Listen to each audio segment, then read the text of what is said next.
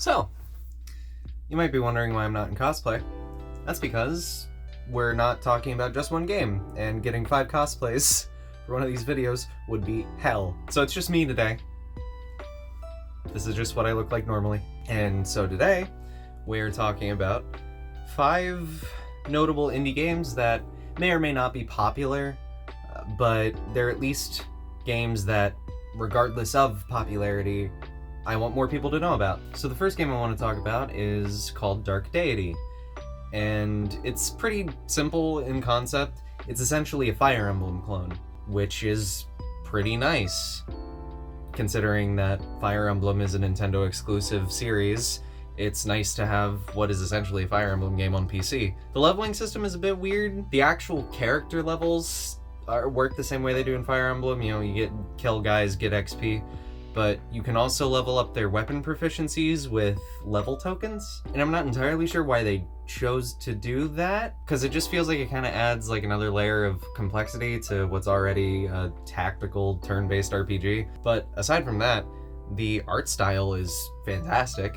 It genuinely looks like something out of a Nintendo title. And the story so far is a little generic, but it's still fun. And a sequel just came out, so I'm excited to get through the first game to see what they improved upon. Next game, Aelin Tavern. This is another simple one. You run a medieval tavern, and there's progression you can do, or you could just do what I do and only sell, God, what is it? Barley wort stew or some, and just ale. You could just sell those things for as long as possible, which is exactly what I do. In all seriousness though, this is a really fun sim game, and character creation's always a plus.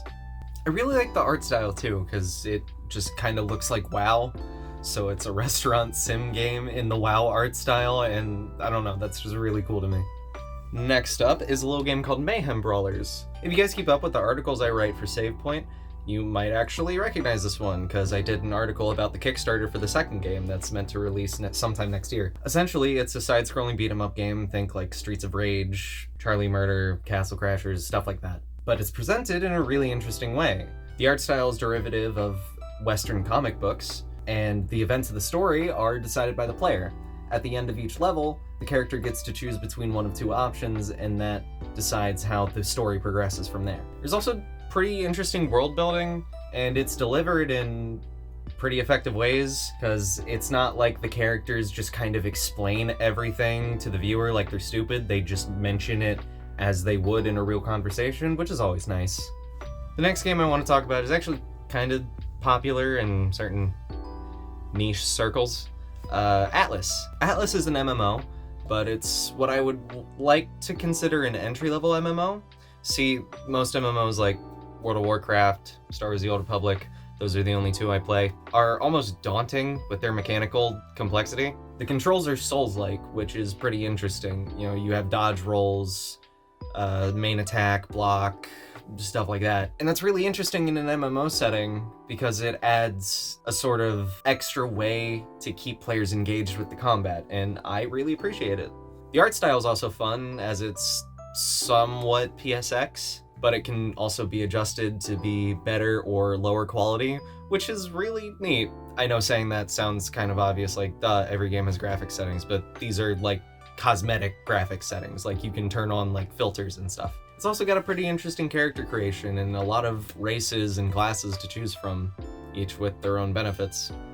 I will say I don't like class selection, because you have to get, I think it's to level 5, if I'm right, and then select your class from there, which I would rather just be able to choose it from the start, but that's not that big a deal, honestly.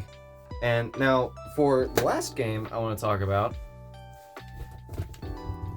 for context, the reason I'm doing this video is because I talk about too many FPS games, and I felt I should branch out a little.